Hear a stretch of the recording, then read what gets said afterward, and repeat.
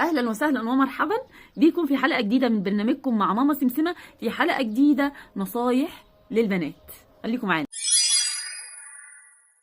تخلصي الدرس فريره على البيت، لا تروحي شمال ولا تروحي يمين، ولا واحده صاحبتك تقول لك تعالي معايا عند فلانه، ولا تعالي معايا هنجيب كذا ولا هنودي كذا. تروحي على البيت تقول لك بقى انت بتخافي من امك، انت بتخافي من ابوكي، اصل انت عيله، اصل انت ما عندكيش، اصل انت قولي لها ايوه بخاف من امي، وانا عندي حد غير امي اخاف منه؟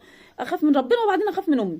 وتروحي على البيت وما تعمليش اي حاجه تلفت الانظار في الشارع، لا تتكلمي بصوت عالي ولا تمشي ولا تلبسي لبس ملفت ولا تكلمي حد ما تعرفيهوش. تمشي زي ما تطلعي من درسك زي ما تطلعي على البيت تروحي. الضحك في الشارع ممنوع نهائي، ولو كان ضروري خالص تبقى ابتسامه خفيفه كده وخلاص خلصنا. ولا واحده تقول لك تعالي نكلم فلان، ولا فلان عايز يكلمك، ولا فلان عايزه تمشي على البيت على طول. وايه ملناش دعوه بحد عشان نفضل ايه حلوين لحد اخر السنه. حددي لنفسك هدف واسعي لتحقيقه، ولو نجحتي حتى لو كان نجاح صغير، حققتي درجة زيادة في امتحان، عملتي حاجة كنت بتسعي ليها، احتفلي بالحاجة دي وفرحي نفسك عشان يبقى عندك مستوى للوصول اللي انت عايزاه وتقدري توصلي للحاجة اللي انت عايزاها. وخليكي عندك ثقة في نفسك، ومش أي كلمة حد تهزك. يعني مش صاحبتك تقول لك كلمة خلاص امشي ورا كلام صاحبتي، مش صاحبتي التانية تيجي تقول لي كلمة لا خلاص سيبني من دي وامشي ورا دي. خلي عندك ثقة في نفسك، والكلام اللي أمك تقوله لك يبقى هو الكلام الصح، لأن مفيش حد في الدنيا عايز يبقى انت أحسن من كل الناس غير أمك. وبقول لك امك ليه؟ لان الام دايما هي اللي بتبقى قريبه من البنت، هي اللي دايما بتنصحها، هي اللي دايما عايزاها احسن منها واحسن من اي حد في الكون. خلي لبسك فضفاض وواسع عشان ما تبقيش ملفتة للأنظار في الشارع، ويبقى كل من هب ودب بيبص عليكي وانتي ماشية. ولما تمشي المشية المظبوطة، ما بلاش المشية اللي فيها تلكيع دي، عشان خاطر ايه تبقي ماشية مظبوطة، لا حد يقول لك كاني ولا حد يقول لك ماني. ولو حد كلمك في الشارع ما ترديش عليه. المفروض ان انت لو حد ضايقك في الشارع، ليكي اب، ليكي اخ، ليكي ام، ليكي اهل، بتقول لهم فلان ضايقني، لكن انت ما ترديش وما تتكلميش. إياكي تستخدمي الموبايل في الشارع لأي سبب من الأسباب، ولو ضروري ولازم تتكلمي أو تعملي مكالمة يبقى بتقفي على جنب منعزل خالص بعيد عن الشارع وتعملي المكالمة بتاعتك.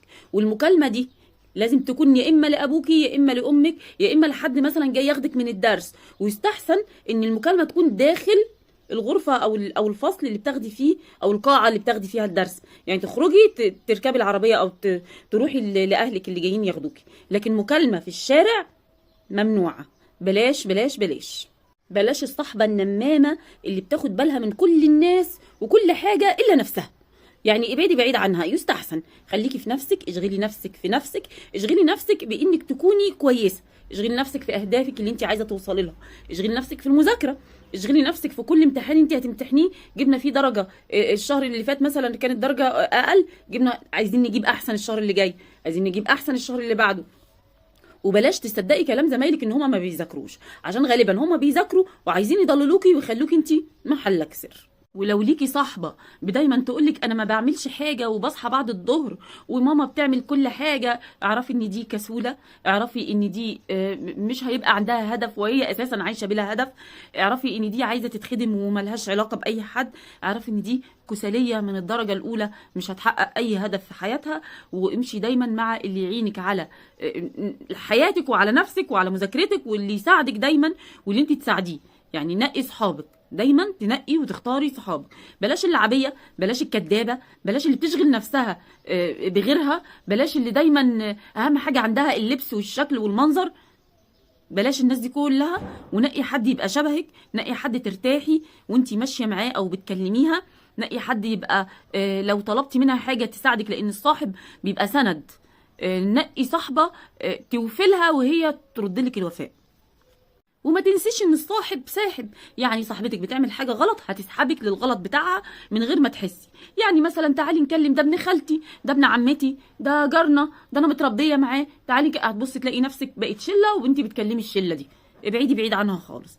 خلي بالك الصاحب ساحب، مش بس في النقطه دي، ده ممكن في الكسل، ممكن مثلا في ان هي لسانها طويل وبترد على كل اللي بيكلمها، ممكن تكون في حاجة تانية خالص اللي هي مثلا ما بتصليش بقى، ملهاش علاقة بربنا خالص، بعيد عن أي حاجة، عايشة في الدنيا بس بتسمع أغاني، خدي اسمعي ده، خدي شوفي ده.